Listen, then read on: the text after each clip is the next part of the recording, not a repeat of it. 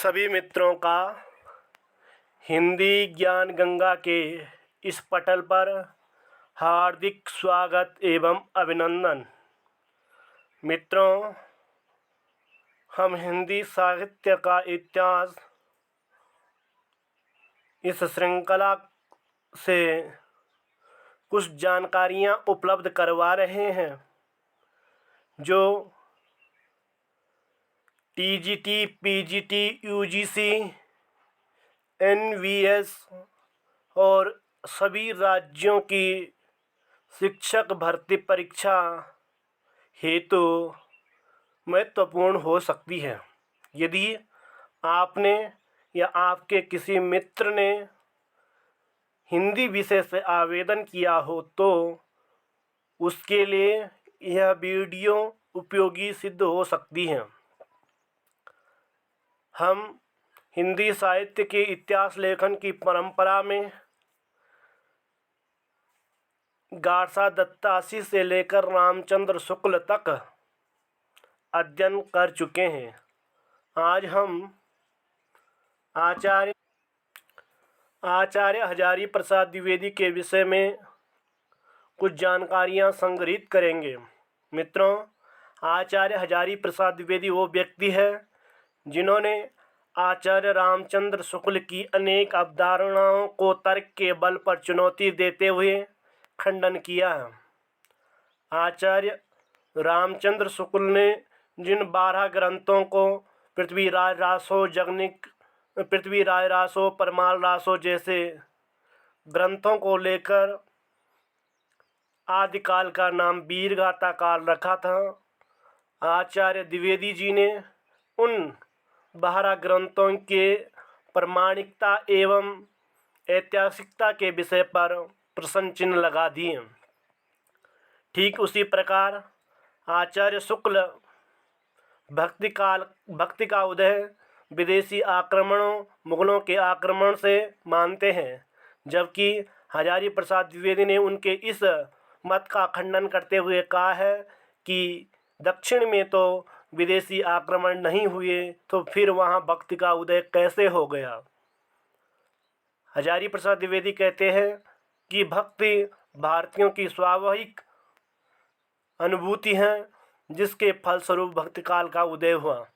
ऐसी अनेकों अवधारणाओं को जो आचार्य शुक्ल ने बनाई थी, आचार्य हजारी प्रसाद द्विवेदी ने खंडन किया।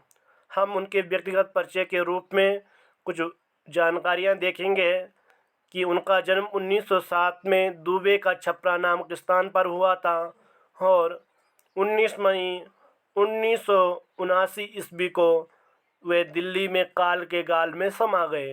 इनके पिता का नाम अनमोल द्विवेदी तथा माता का ज्योति कली देवी था।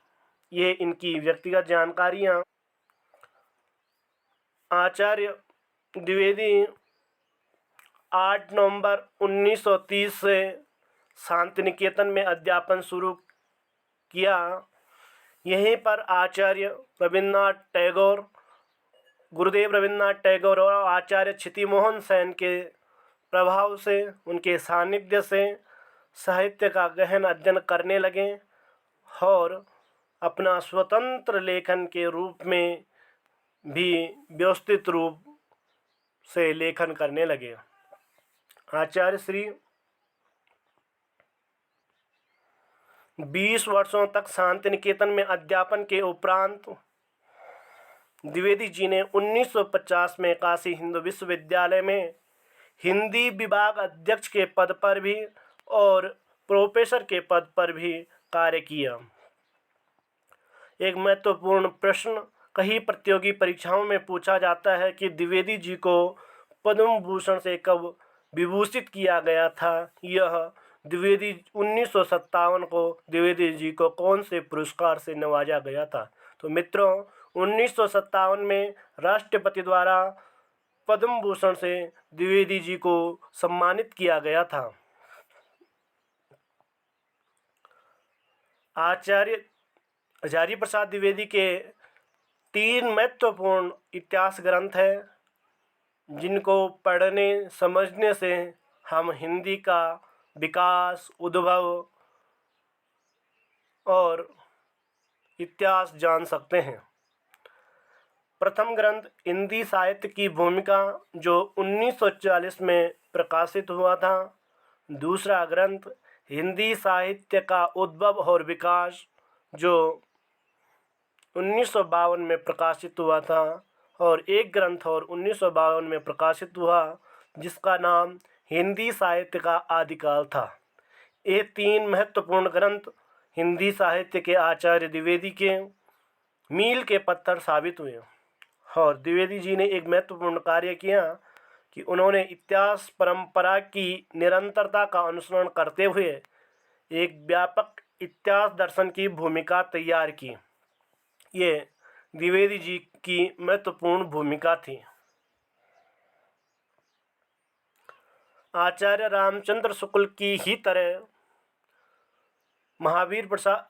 हजारी प्रसाद द्विवेदी जी ने भी काल विभाजन किया और उनके मत में जो काल विभाजन है वह निम्न है।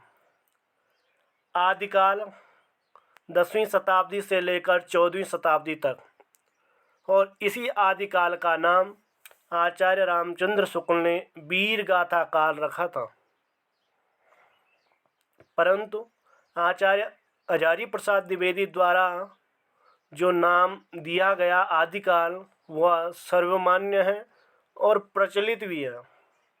दूसरा भक्तिकाल जो 14वीं शताब्दी से लेकर 16वीं शताब्दी के मध्य तक रहा।